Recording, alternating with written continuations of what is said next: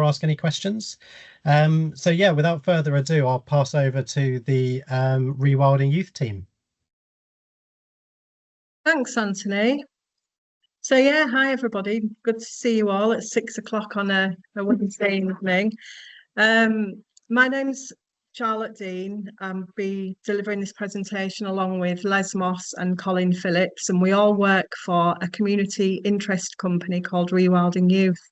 So Rewilding Youth is all about getting young people outdoors, essentially. So we set up at the end of the COVID-19 pandemic, just as we were emerging from that. And we identified that there was a real need for an organisation that works with young people to get them outside in Hull in particular. So we work a lot with young people who live in an urban area with a lot of in a lot of disadvantaged areas, and we provide nature connection for young people, environmental education, wild therapy, bushcraft, green woodworking, and wild camping, along with lots of other things. Anyway, that's us. Presentation tonight is Take Your Work Outside, a positive approach to risk management for working with adults and young people outdoors. Tonight, what we'll be doing is exploring and hopefully allaying any fears and concerns that you might have about facilitating outdoor activities with individuals and groups. So we'll begin with a brief overview of some of the theories which support the importance of risk-taking in the development of neural pathways and resilience, before looking at practical considerations for approaching risk assessment. And then we'll explore how to facilitate a dynamic risk assessment approach with examples from our own practice with young people and adults at Rewilding Youth. So, just to start with, everybody remembers their first injury in sharp detail. So, can you remember your first bee sting, your first burn, your first bout of food poisoning? Can you remember getting so cold in the rain and the snow that your fingers and toes sting like ice? Or can you remember getting sunburnt for the first time? Or has anyone actually ever had sunstroke?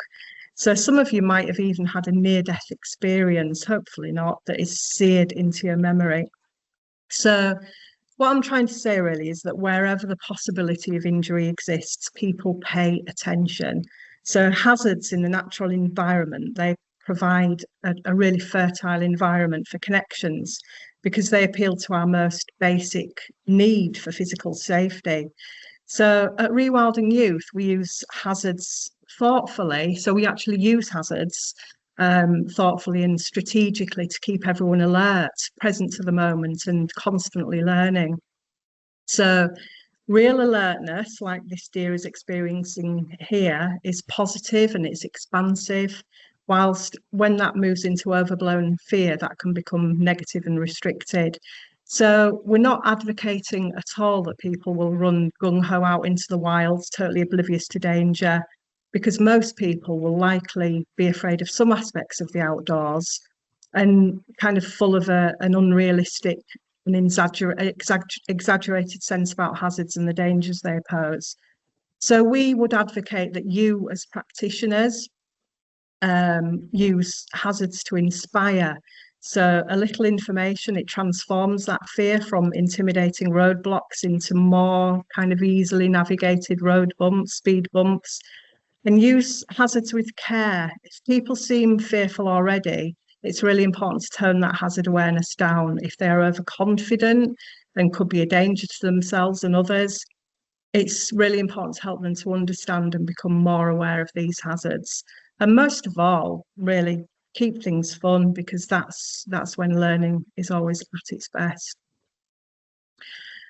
So in today's world, we've become an increasingly risk-adverse society.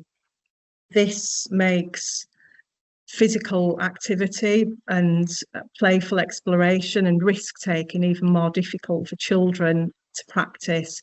So I'm talking a lot in this presentation about children and young people, but everything I'm saying is applicable to adults as well. But I will refer to children and young people when I'm talking about people or the general public. So the shrinking horizon of childhood is documented really well in Tim Gill's book, which is called No Fear, Growing Up in a Risk-Adverse Society. Any references that we make are all in the reference slide at the end of the presentation, which you'll be able to download. So Tim Gill really powerfully demonstrates how opportunities for children are being constantly constrained by measures that are intended to protect children, but these measures have kind of unintentionally become counterproductive. So I really like this quote presented here. This is by Jay Griffiths in her book Pith, which again is in the reference list, and it just kind of illustrates how children and young people are very much enclosed in the life, and it's kind of through our work and hopefully the work that you do that we can try and release those enclosures and invite and encourage young people and children to come outside and you know, take those risks, however tiny. So as I think we all probably know, risk and exploration in play is an essential role in child development, because encountering certain types of risk actually helps children learn how to manage those risks through building resilience.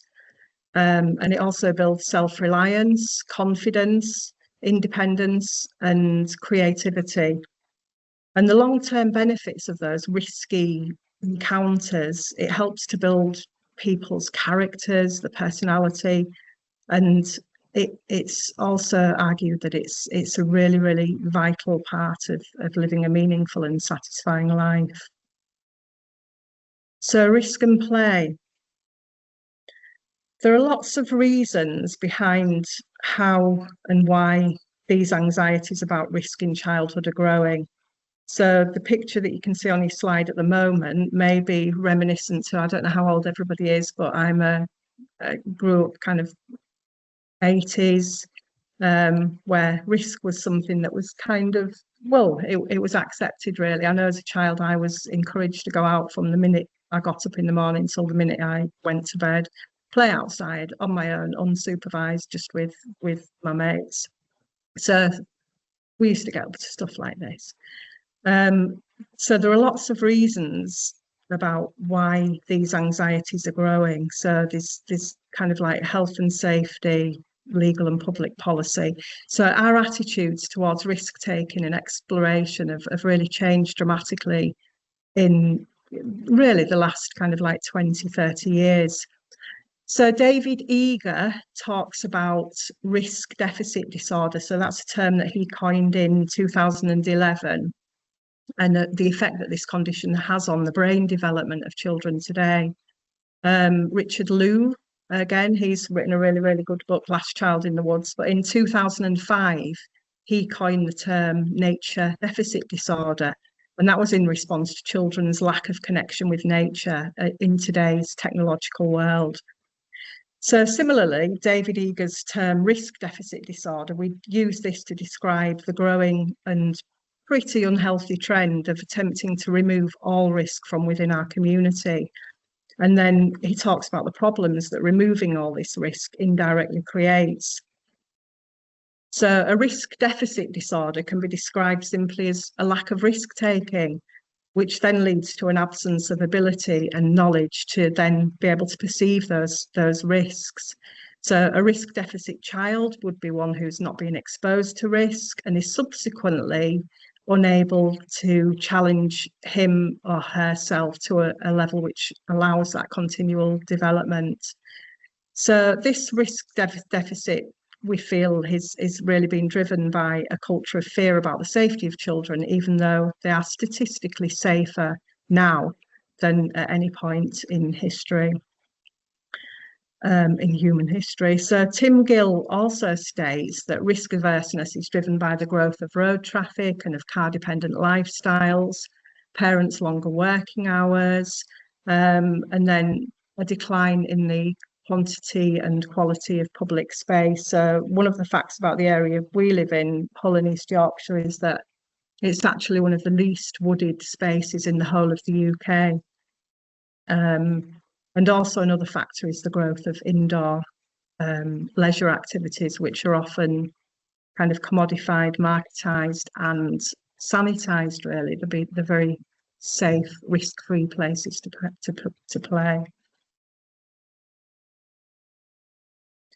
So most of us learn, this is another good book, would really, really recommend that you read, get hold of. If you're anywhere near Rewilding Youth, come and see us and you can borrow our copy. This is John Cree and Marina Robb, and this is Forest Skills Pedagogy. And they talk about how young people learn to appraise and manage risks through the childhood experiences. So we all make decisions based on our ability. We kind of know what we're able to do inherently, and we've got that judgment to be able to assess each situation to determine whether it's going to have negative or positive effects on our lives. So we've developed this as human beings through our past experience, our history of taking risks, and also getting through and hopefully surviving through the consequences. So we gain and we hone these skills as children, and then we apply them in adulthood. So we maybe climb that little bit higher, we swung that little bit faster, and mentally defended ourselves against adversity in the playground, perhaps. And through all this kind of pushing ourselves, we're then better able to assess risk because we've been doing it since we're children. And increasingly, the opportunities for children today to have these types of experience are drastically resisted. So this is a model, Yerkes and Dodson's law. I just want to talk you through briefly, and it's relating to the comfort zone. So the comfort zone theory describes a psychological state where individuals feel safe and in control. If you keep in this zone, the comfort zone, it can really hinder personal growth and development. So the comfort zone is a space where we feel at ease, secure, and in control of our environment. We experience low levels of anxiety and stress, as you can see in the green space in the middle of the diagram, and it allows us to operate without significant risk. So, however, whilst that gives us a lot of stability, it can also lead to stagnation as individuals might avoid challenges and new experiences that promote growth. So the concept of the comfort zone, which I'm sure everybody's familiar with, can be traced back to this Yerkes and Dodson's law, which was actually established by the psychologists Yerkes and Dodson, Robert Yerkes and John Dodson, in 1908. So it's a very old theory which has been built on and used ever since. So their research basically shows that a certain level of anxiety or stress is necessary for optimal performance. And they found that while moderate stress can enhance motivation and performance, excessive stress actually leads to decreased performance and avoidance behaviours. So the comfort zone, it's often discussed in relation to other zones that represent different levels of challenge and discomfort. So in this diagram, we can see how Yerkes and Dodson present the different zones as like the boredom zone, which is the comfort zone where familiar tasks and routines feel safe. And then the anxiety zone is the actual learning zone, which is just outside the comfort zone, where individuals take on new challenges and they learn new skills and often feel slightly uncomfortable, but still feel in control. And then in the panic zone is the area where the challenges just become overwhelming and they lead to high stress and decreased productivity. So stepping outside this comfort zone is essential for personal development, and engaging in new experiences, it actually fosters resilience and a growth mindset. It encourages us to accept and take challenges, to learn new skills, and to expand our capabilities and the level of ability that we feel we've got, we can then take it a little bit further. And whilst it can be intimidating, the growth that occurs outside the comfort zone is often where we discover our true potential. So to effectively transform or to move people that we're working with through this comfort zone through to the growth zone, we just need to do this by setting small goals. So start with manageable challenges that can gradually, slowly start trying to push boundaries with people. We can look at reframing stress, so view stress as an opportunity for growth rather than a threat. and also embracing new experiences. So encouraging people to actively seek out new situations that require learning and adaptation. Now, obviously, this is set within the parameters of the individual and it's different for every single individual that we work with. We don't advocate that we're pushing people that we're working with all the time, because we need to be aware of where they are in terms of that comfort zone, learning zone and panic zone. So it's really crucial to recognise the limitations of the comfort zone, and be aware of the individual needs of the people we're working with. So another theory, an interesting theory, which is linked to the feelings attached to the experience of being fully immersed, especially outside in the natural environment, is that of the immersive full flow state. So I can never pronounce this. So Csikszentmihalyi in 2009 first described immersive flow states as optimal experiences. This quote is from a bit of his work from 2016, where he just talks about how kind of capturing that essence of flow offers a potential path to happiness and meaning in lives. So for this flow state to be initiated, we just need to find that sweet spot which exists on that line between boredom and anxiety. And it's a place that's both therapeutic and it's also developmental. And for us to access that flow state, hazards are often present. So it's not about removing hazards, but it's about encouraging and enabling the people who are in that state to be confident in their capability to be able to manage any of those hazards if needed. So before I pass you over to Les, who will outline some of the practical ways we can approach the assessment of risk in outdoor practice, I'd just like to invite you to not forget the spirit of the deer that we saw at the beginning of this presentation, because it's this spirit, if you hold within you, it'll inspire you to be constantly alert and watchful, but not intimidated or overly fearful, because it's never ever been more important than now to encourage the people that we work with and the people around us to be part of this world with the grace, vulnerability and serenity that the deer presents. So embrace the spirit of the deer. I'll pass you over to Les.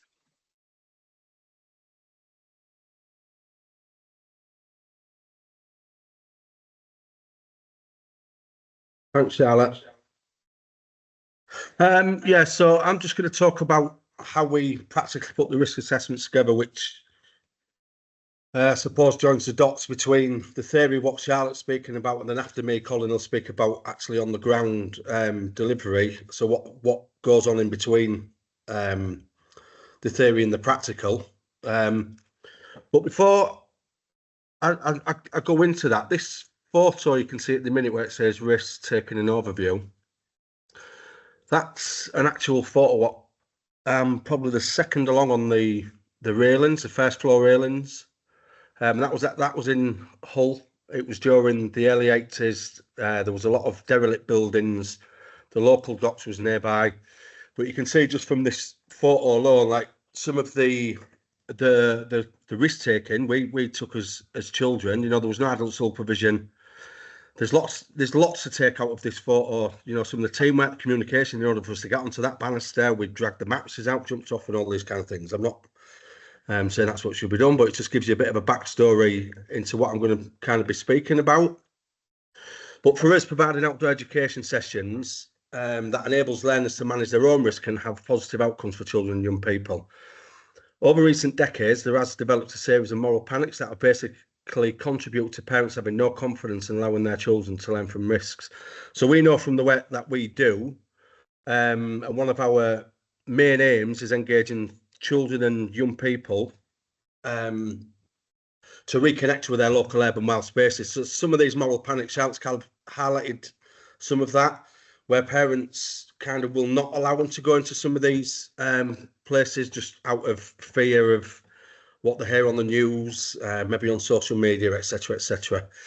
But if I just take you back to that original photo, I know from my own childhood, a lot of the risks we took every single day was stuff like walking to school. There's also, I think there's a bit of a culture at the minute whereby parents prefer to drive the children to school. Again, that could be due to a moral panic. But we learned every day about different types of risks. We played football, we played rugby. We climbed trees, we fell out of trees, we climbed in derelict buildings, we swam in the docks, we bike ride for 10, 20 miles to wherever we'd be going. Along the way, we would get bumps, we'd get bruises, we'd go on with muddy hands and muddy clothes. Yeah, so there was lots of risk taken, especially when I was a kid. That obviously benefited us as we got older. Yeah, and as I say, you can see from that photo. But as with all risk, there's always that element of injuries. Like I said, the bumps and bruises, people falling out of trees. You know, it's all part of the work that we do. But generally, what happens is you very rarely make that same mistake. It's very rare I've come across that a young person will fall out of a tree and do it again the following time we meet them. You generally make that mistake once and then you learn from it. It's kind of that reflective practice, that reflective cycle.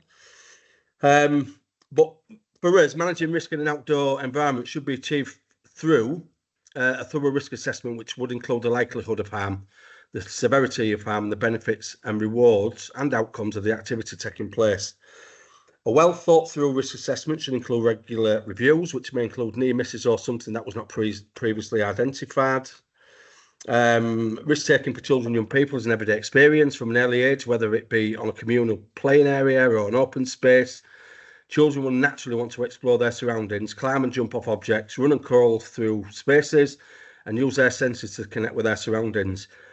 This is no different in an outdoor education setting.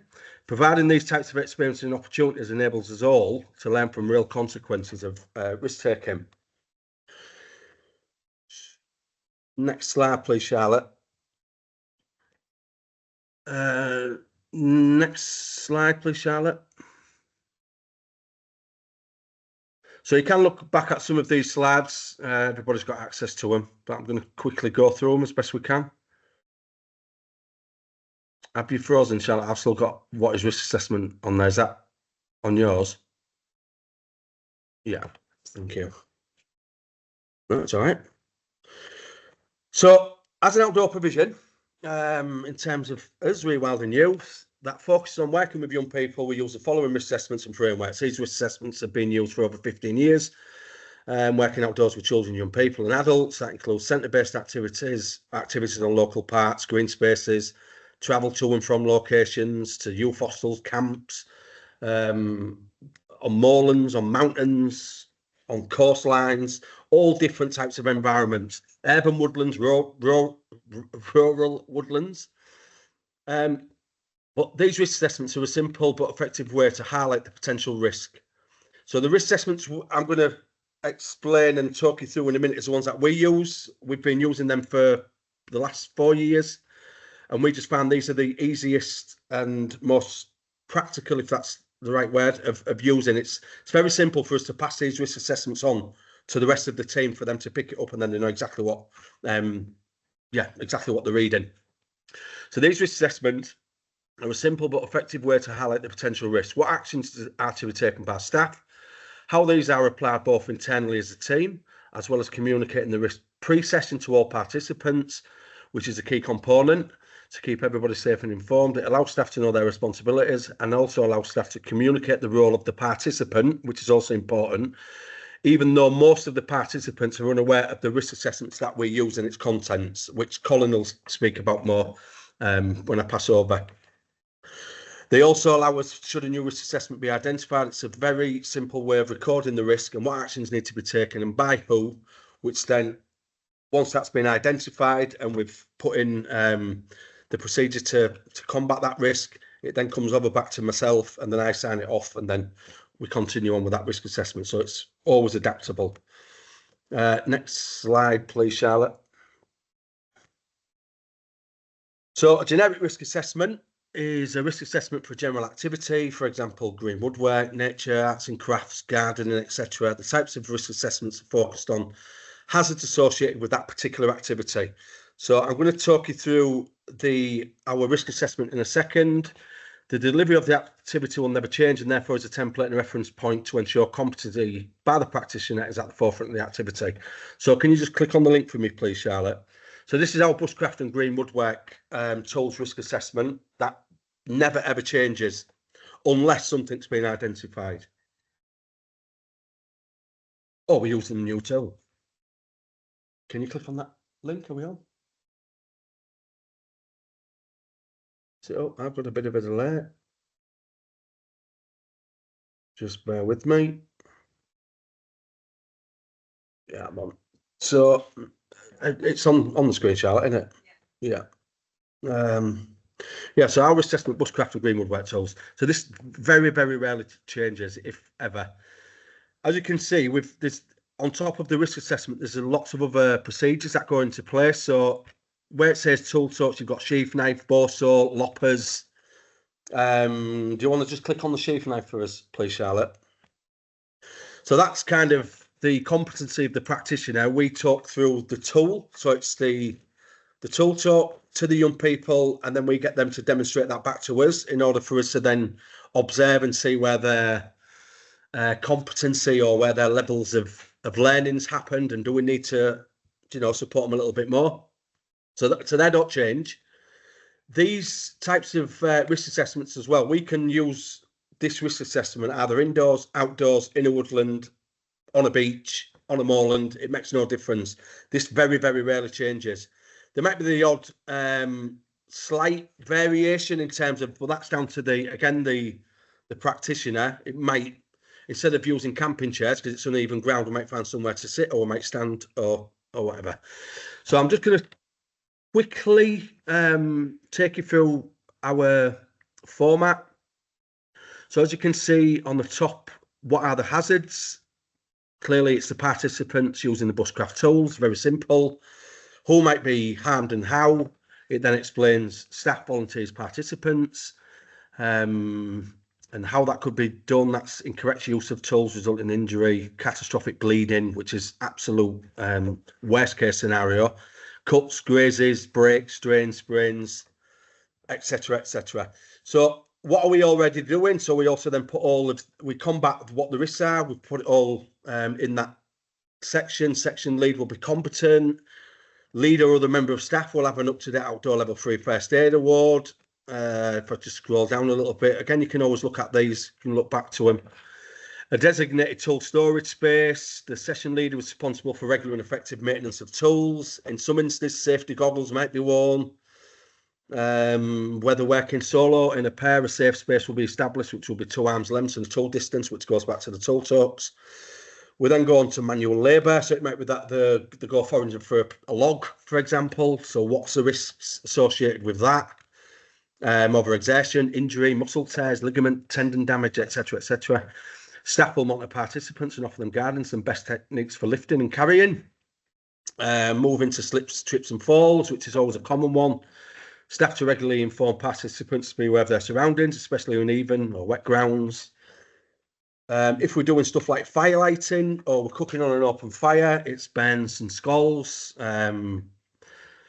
jewellery getting too hot, air getting set alight, etc. So the lead worker is responsible for ensuring the session. That includes open fires and fire lighting as the following present at all times: burns kits, water bucket, fire extinguisher, welder's gloves.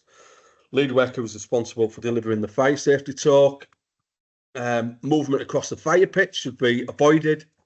Instead, persons should move around outside of the fire using the exit entry point. So we'd have like a fire safety square, which is the next one underneath, fire safety square.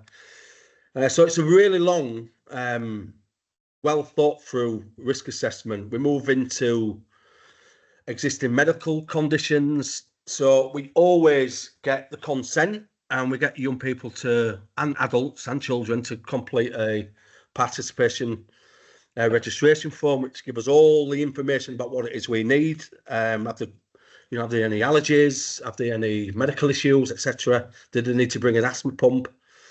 So stuff like Staff must be aware of all medical conditions and appropriate precautions taken prior to activities being carried out. All participants' information is recorded on Rewilding Youth system, so then we've always got a record of that. We also factor in the weather conditions, sun, rain, thunder, lightning, wind, snow and ice, every element you can think of. Sessions will be influenced by weather conditions. Staff will monitor the weather leading up to the date of delivery. The weather forecast will be checked in advance in order to best be prepared for expected weather. So I can keep going on. It just then talks about if we're in a woodland, for example, it's over 35 miles an hour. Again, it's down to the practitioner, but generally what would happen is we would just then cancel the session because, you know, it's the risk of logs falling or branches falling from height, head injuries, so we probably wouldn't go ahead with it. Wind on a moorland, we probably would go ahead with, because what's the worst that's going to happen? They're going to get blown into a hedge or, I don't know, a little bit of moorland heather or something, so it probably would go ahead. So it all depends on, the weather depends on the environment that we're delivering our sessions.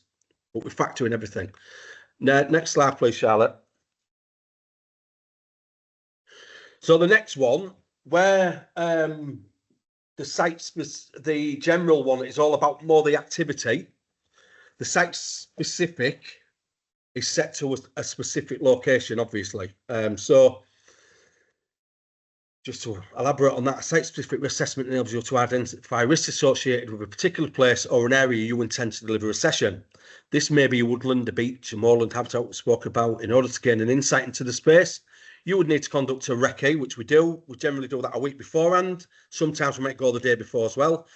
And we go there to the specific site in order to identify what the potential risk is. We also have a site-specific for our own site, which we don't do a recce. However, we do a dynamic risk assessment because something may have changed when we go up to our top space.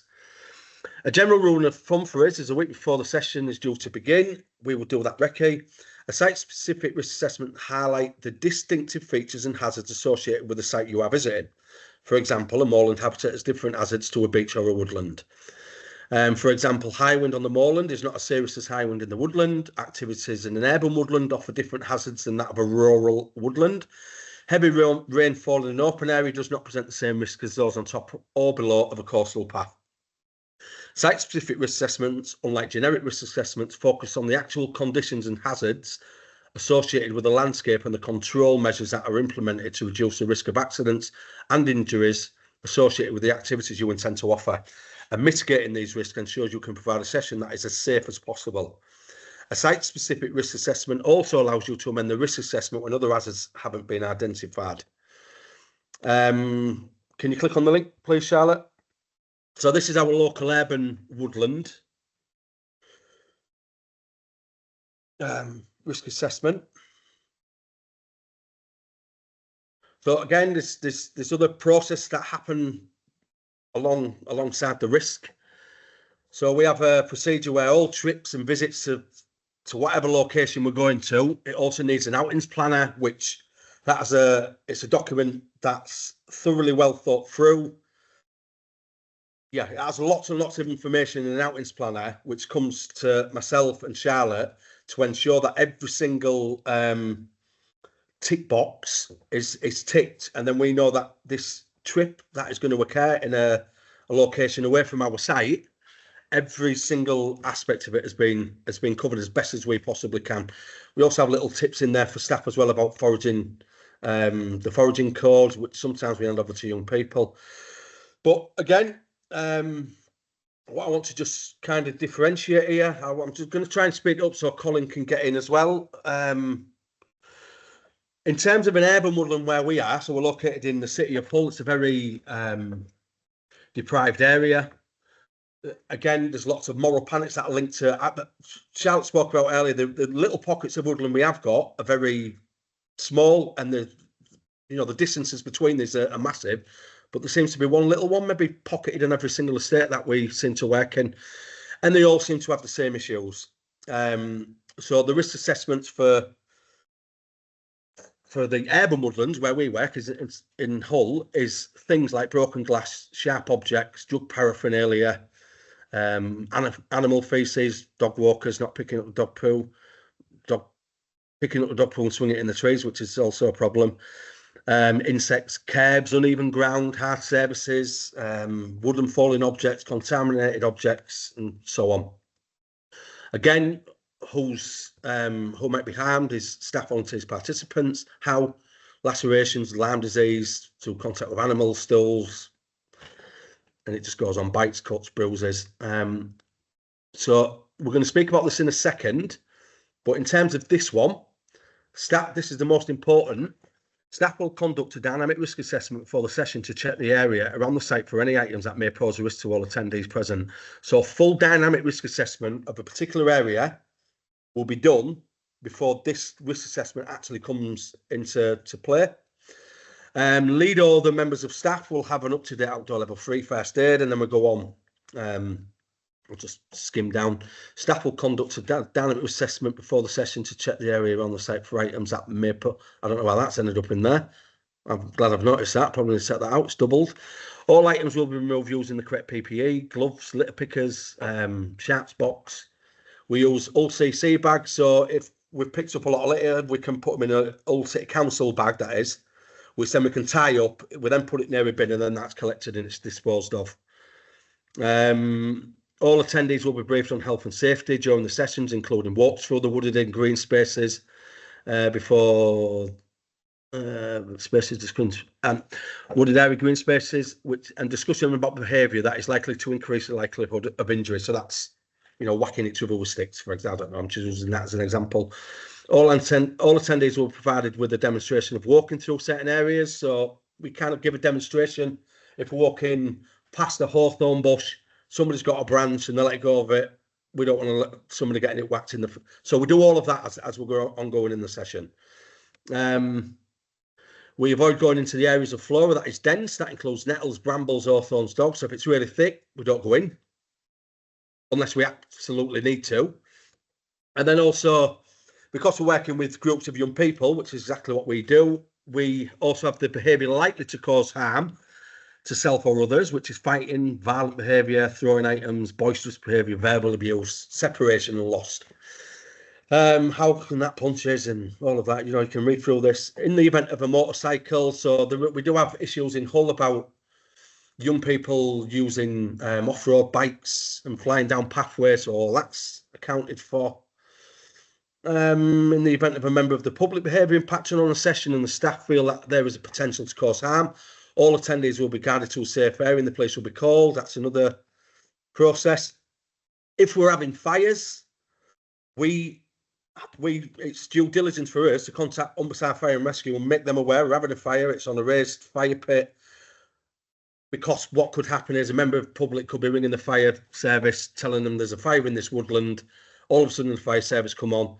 Their time's being wasted, so we notify them that this is where we are, this is what we're doing, this is when we're leaving. And they know us pretty well now in Hull, and they know we're very competent at what we're doing. Use any safety equipment as instruction. Create a 1 metre square border around the fire, so that's what we call our safe square. So yeah, I'm just going through this. I'll quickly go through it. Equipment, staff conduct a visual inspection. Slack lines are checked. As I say, you can check through these. If you want to move on to the next one, please, Charlotte.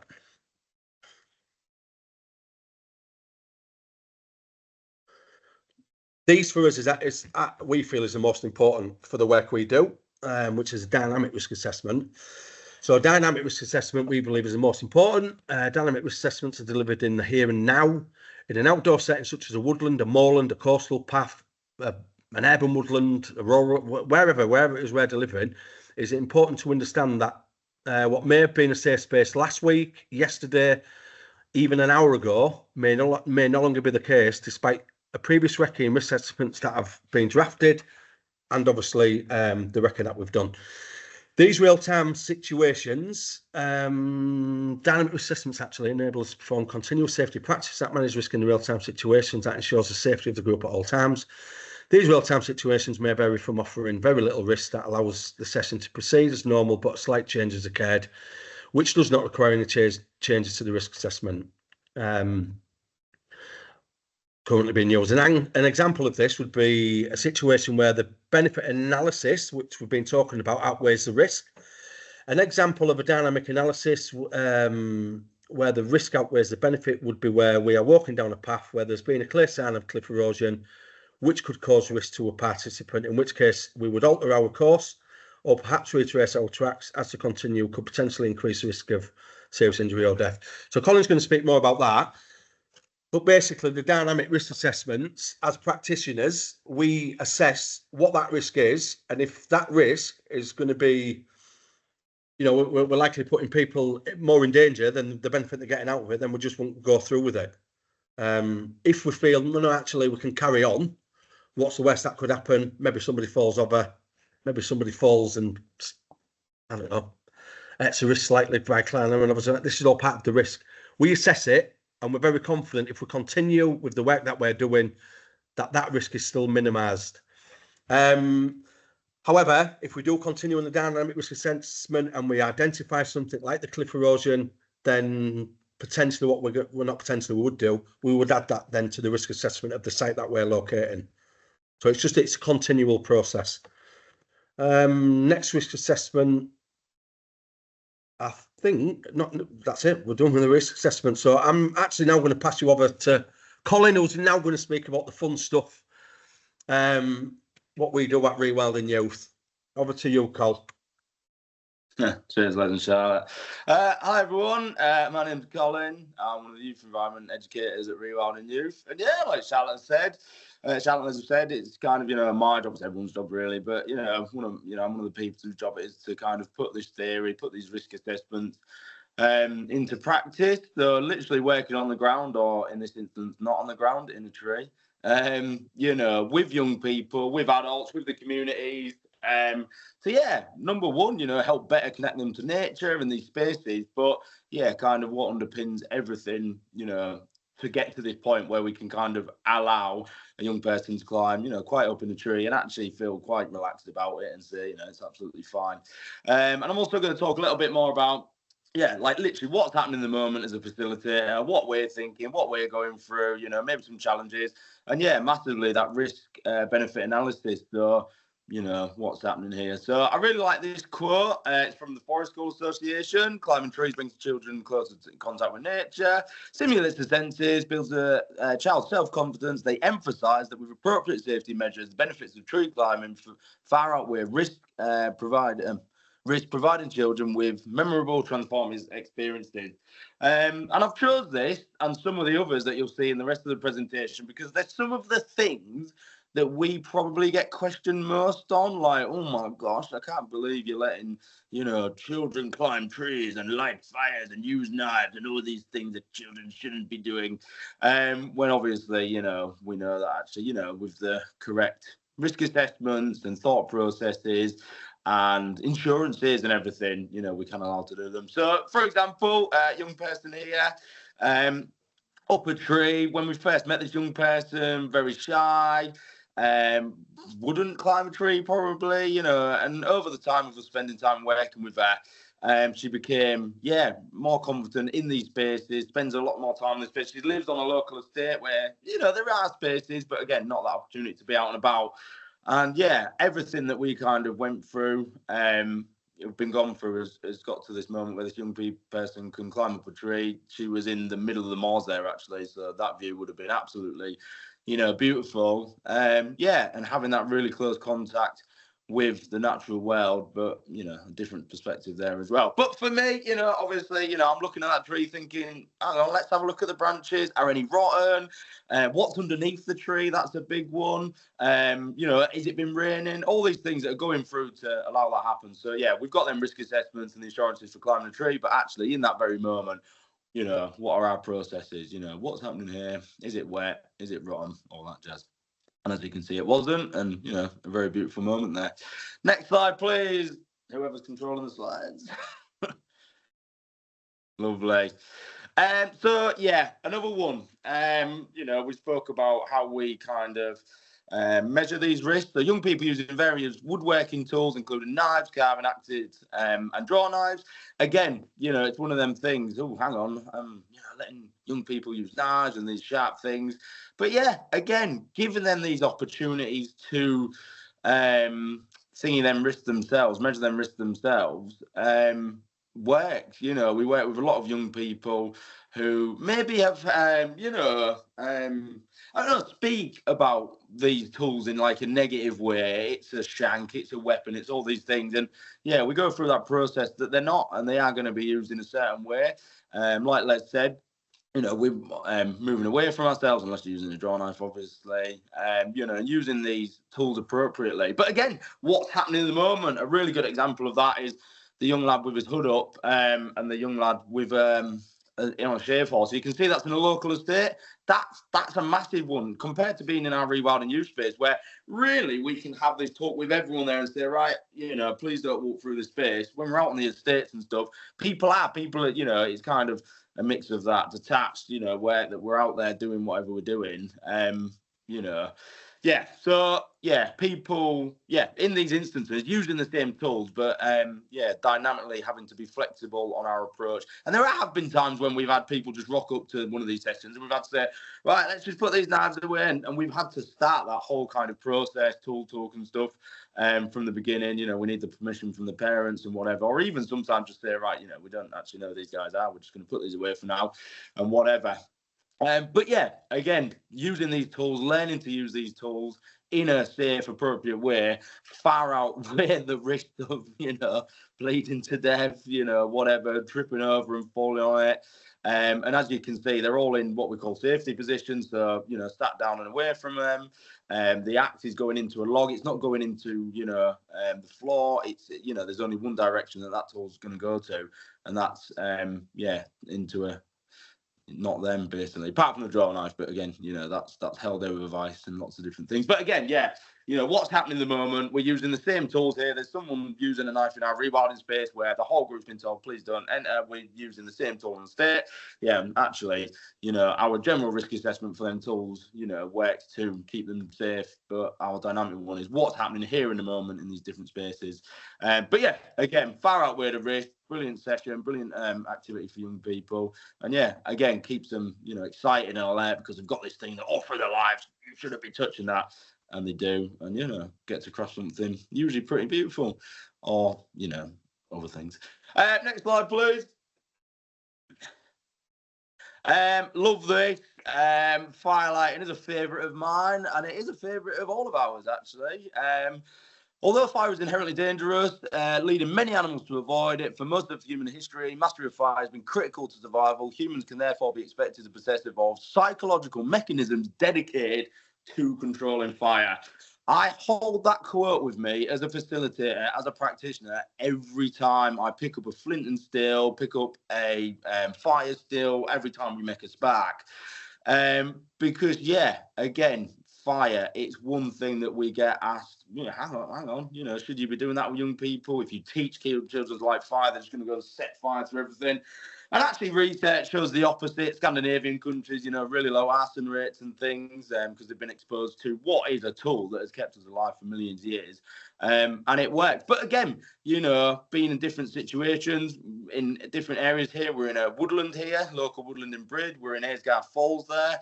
And we're in our own rewilding space. And yeah, kind of, yeah, being aware of what's around. Where are we lighting these fires? Again, if fires in a raised pit. I've used an example here, though, rather than a lit fire in a pit, is you can actually see a massive log set on fire, which when I show people this picture, they freak out a little bit. But actually, this was a project where we built a dugout boat, and I think this is really important point, is that fire wasn't just being used aimlessly, which, you know, if people go into some woods and set fire to bins and things, you know, that fire is usually being used aimlessly. Kind of. But yeah, fire, when we use it, is used as a tool. It was used as a tool for a very long time, and part of our human survival. We do have this innate pull to it, psychological mechanism, you know, dedicated to it. And how can we, yeah, let young people use fire in a positive way, and we do with this. But again, dynamically, has it been raining? How dry is it? That there was a session that we ran through the summer, and we just had really dry weather, and we were like, right, no fires out and about. It was simple, it's just a simple thing, we've got the fire squares and everything, but the hazards outweigh, e.g. setting, whole first wildfire for the sake of cooking some bread isn't really worth it. So yeah, that's some firelighting that we do.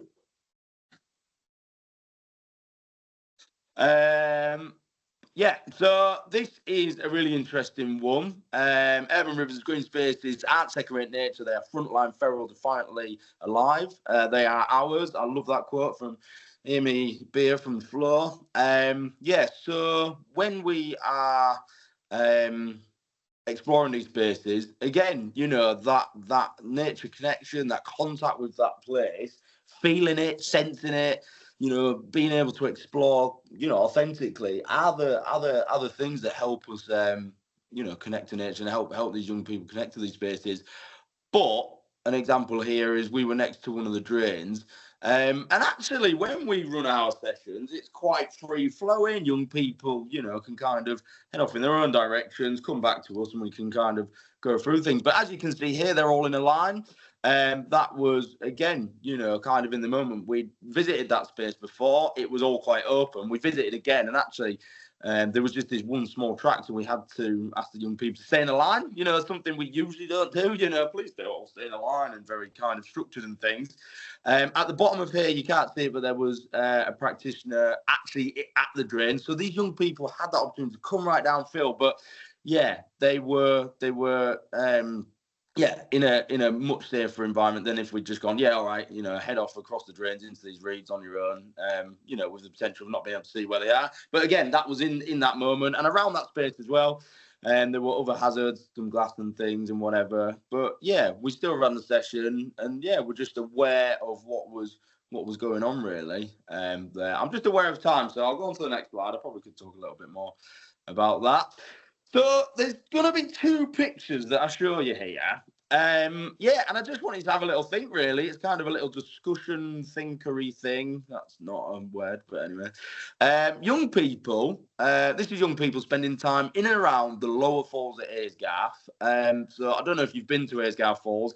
There's a series of waterfalls, big ones and small ones. And that's usually where we run our wild camps, an amazing place, truly immersive. It's a beautiful place. But if you notice in this picture, we're in the waterfalls, we're in the water, but we're not wearing any buoyancy ears, any wetsuits. Why do you think that is? And then we're going to go on to a next picture where we're in the water, we're on the water, we're around the water. So this is young people kayaking across the lake, spending time in and on the water. Notice this time that they are wearing safety equipment during this activity. And just to have a little think about why that is really, hopefully in the half an hour discussion, obviously there's loads of other things. Have a little think about why, in one setting, we're not wearing any of this equipment, in another we are. If you could go back to that picture, just the behind one. Just a couple of seconds of just looking at that, having a little think about why, they're not wearing that equipment, and then back to the other one. Lovely. So we'll let you have a little think about that. We're going into discussion at 7 o'clock now, but I'm just going to end with this lovely quote that we've got. There we go. Cheers, Anthony. Children need to be given, so just end with this. Children need to be given the mental and physical space to figure out appropriate risk levels for themselves. Far enough that it's exhilarating, but not so far that it becomes too scary. I think this quote just really kind of outlines everything we've been speaking about, really. The comfort zones to the, growth zones, risky play, taking risk, what that does for the brain, synapses, development, all them things. And us as practitioners, how do we allow that? How do we allow individuals to, take part in that, connect to these spaces through risky activities and play? And the beautiful moments that happen when you allow them to do that. I just think this quote kind of encapsulates that a little bit. So yeah, I'll be ending there, but I'm also going to discuss the reasons for our previous pictures as well. And any more questions would be greatly appreciated. Cheers.